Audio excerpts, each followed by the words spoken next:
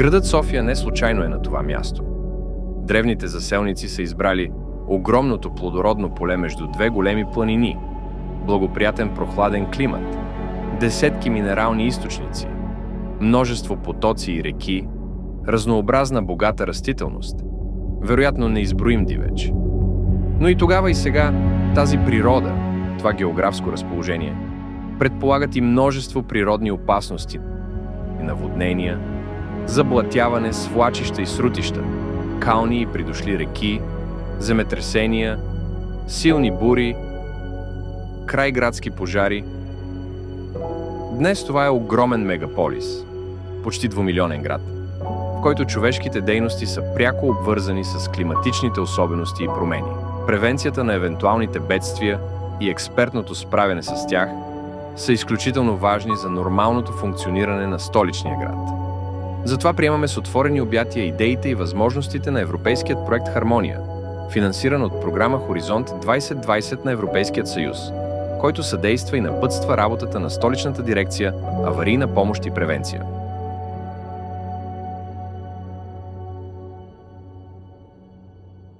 Живеем в свят, където природните бедствия и авариите стават все по-интензивни. Вероятностите за настъпване на катастрофални наводнения, свлачища или урагани настъпват все по-осезаемо в България.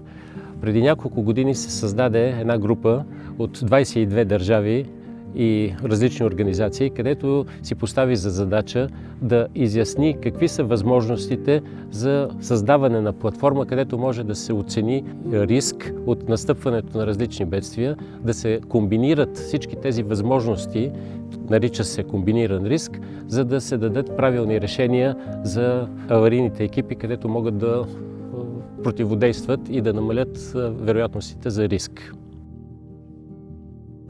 Harmonia project is a key European project that helps cities tackle with climate change. It was funded by EU Horizon 2020 and it comes to an end in 2025. Harmonia provides cities and decision makers with innovative tools to better understand climate risks and assess resilience strategies. So I think what is important about Harmonia project is that 4 European cities are a part of it since the beginning of the project. Sofia in Bulgaria, Milan in Italy, Piraeus in Greece, and Ixelles in Belgium. These are the 4 cities that were a part of the development process throughout 4 years of the project. It means that the key users that will be using all the developed tools beyond the project lifetime were a part of development and design process. The main outcome of the project, so the main tools that we're developing, is integrated resilience assessment platform. It's an engine which will be combining different data sources, which will give information to our users through decision support systems. Currently, there is a clear gap in the process dedicated to understand it and quantify the climate change impacts in urban areas. Harmonia addresses this by developing the Integrated Resilience Assessment Platform and IRAP and the 3 Decision Support System, DSSs. These tools actually assist cities in these efforts to mitigate the hazards and adapt to climate change, both regarding natural hazards and man-made hazards. Decision support systems are actually the tools that they will be working with. These are the visualization tools, and within Harmonia we're providing 3 of them. Decision support system for urban planning, decision support system for urban health, and decision support system for multi-hazard mitigation and adaptation. The Harmonia project and the IRAP platform helps municipalities as end users better make decisions about mitigating these risks and better assess the problems of climate change. Tools provided by Harmonia project will facilitate everyday work for people in municipalities. What we believe is that these tools will provide them with information and data that they normally don't have access to. The combination of Earth observation data and auxiliary data, as well as citizen data that we're gathering within the project, give additional information, and that's already an important layer because it's not only data, it's also information and guidelines that municipalities will receive. I think what is also special about Harmonia is that it not only gives municipalities visibility of the risks assessment, but also gives them ideas, solutions, and mitigation measures which can be implemented. We know that the issues of climate change are burning and the problems are keep rising and rising. So this program and the tools that are provided are helping municipalities, decision makers and every stakeholder have access to innovative tools to deal with these risks. So the tools that are provided are helping municipalities have access to data and knowledge to mitigate these risks and provide resilience for their cities. Столична община, чрез дирекция аварийна помощ и превенция, е партньор в проект Хармония, като пилотен град. Ние очакваме от продукта, който ще бъде създаден чрез проекта, да можем да използваме данните за превенция на различните видове бедствия и най-вече за наводнения и свлачищни процеси. Идеята за създаването на Центъра за превенция при бедствия, аварии и кризи възникна малко след стартирането на проект Хармония, като основната цел на този център е да се обработва различна геопространствена информация, която да послужи за извършването на превентивни мероприятия. Софтуерната платформа, която ще бъде продукт на проект Хармония, ще се използва в този център и ще даде възможност на аварийно-спасителните екипи да реагират по-адекватно при различните видове бедствия, аварии и кризи. Осъзнахме, че е много важно да разработваме решения за превенция, за предварителни мерки срещу бедствията, а не да чакаме когато те станат.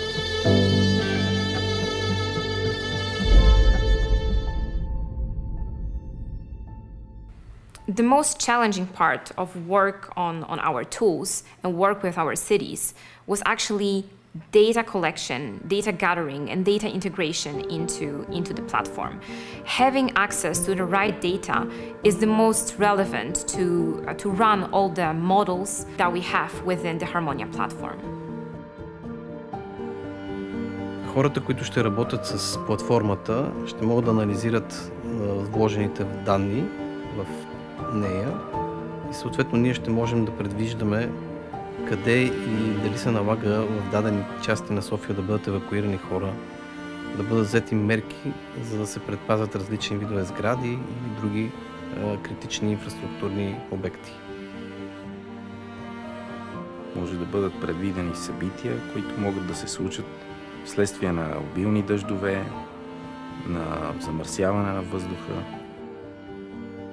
Когато се види опасността от риск, да вземем, например, наводнение, че има заплаха от бури, от градушки, от повишаване нивата на реките, екипите тогава вече могат да вземат правилно решение, кои места трябва да бъдат обезпечени, къде трябва да се насочат усилията за предотвратяване на тия рискове.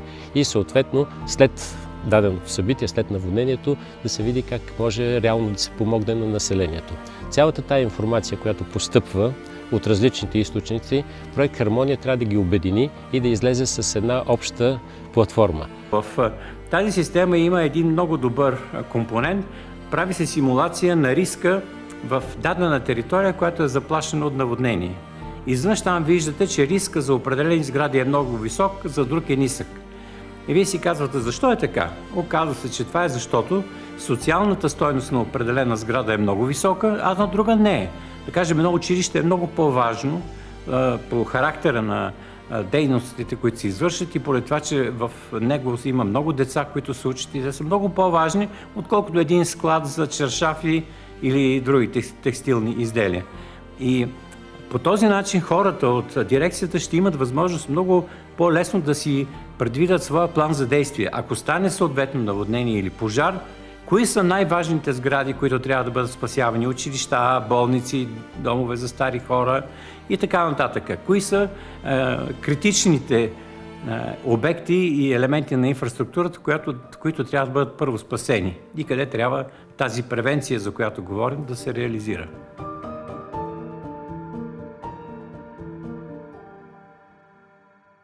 What was one of our main priorities in developing Harmonia tools was that it has to be user-friendly. We want different kind of end users to be able to access information that we're providing through the tools. So you don't really need to have a lot of specific knowledge to benefit from the information that we're providing you with. And that's why I'm emphasizing the term information, not data. We're also providing data which users can export and work with or analyze themselves.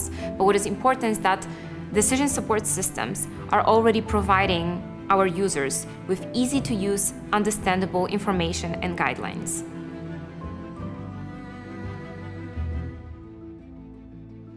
Базирайки се на програмите Коперникус, наблюдението на Земята и така нататък, могат да се определят къде са потенциалните огнища на различни свлачища. Това е много важно, когато има особено урбанизирани територии. Тези свлачища могат да бъдат активирани във всеки един момент и ако се наблюдават правилно и се анализират в течение на времето, много точно се установява къде са слабите места, къде трябва да се насочат всички тези усилия. На този етап от развитието на проекта служители от Дирекция аварийна помощ и превенция и от другите дирекции, които са включени като партньори, се обучават как да се работи с платформата, как се събират данни, как се анализират, за да могат да бъдат полезни на гражданите на София при реакцията от различните видове бедствия. What is special about Harmonia platform or Harmonia tools developed within the project is that we're not only providing cities with risk assessment and information that they already have. We're providing them with ideas for mitigation measures, and we already allow them to assess what will be their impact and how it will help them make the city more resilient. Може да се сравняват различни времеви интервали. Какво е било преди 5 години, преди 3, преди 2, преди 1. Значи това е мониторинг на промените. За сега това, което Столична община е направила за имплементиране на проекта в своята структура, това е да види точно какви са каналите за получаване на информация. Това е най-важният проблем и може би един от най-тежките проблеми. Цялата тази информация да може да се канализира, да се обобщи и да се вкара в рамките на един такъв проект. Ние имаме тази готовност в рамките на различните структури да може да получаваме тази информация, започва да събира информация в различни бази данни и тази система, която е създадена, IRAP платформа, тя вече може да спомогне за целия анализ на различни събития.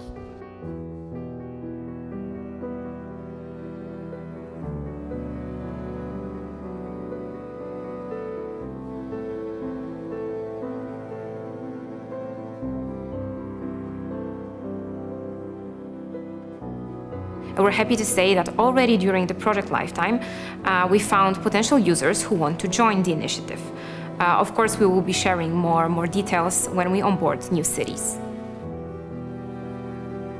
Дирекция аварийна помощ и превенция беше създадена като една добра европейска практика на звено, което се занимава с превенция и защита на населението. Участието ни по проекта Хармония ще доведе до подобряване на знанието и уменията на служителите на дирекцията в справяне на различни видове бедствия, аварии, кризи на територията на България и ще спомогне в участието на бъдещи европейски проекти.